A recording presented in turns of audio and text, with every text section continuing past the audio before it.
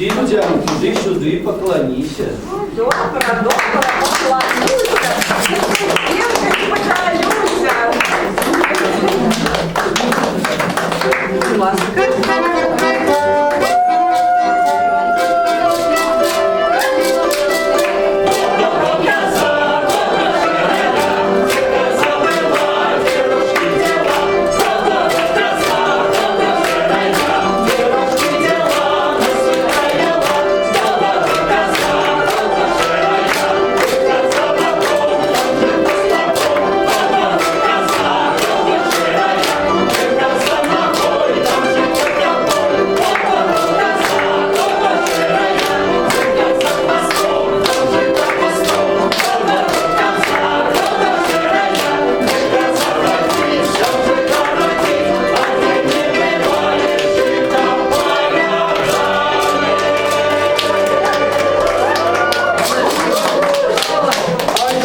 Стало.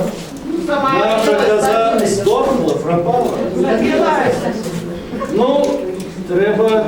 Коза устала, треба дать козе сало. Единорожки по одному перу. Ну что, будем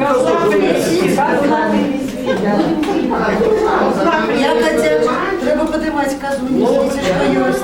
Я нам дала Може за 5 секунд ставить.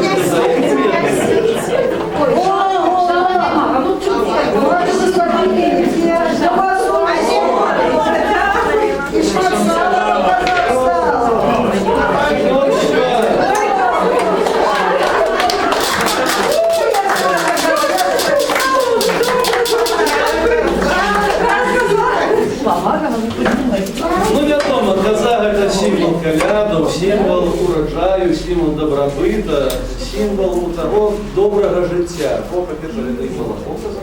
По-другое, где коза ногой, там быта копой, где коза рогом, там быта стогом. Бо з козой асоціювалося сите життя білорусів. Ну, не тільки білорусів, а людей, які проживали в той тем же месте. И поэтому коза – это такой символ добробыту, символ урожаю.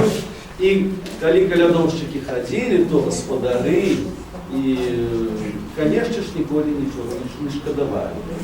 Давали козе и сало, как сказал Става, и на рожки. Колбаски, все. Да.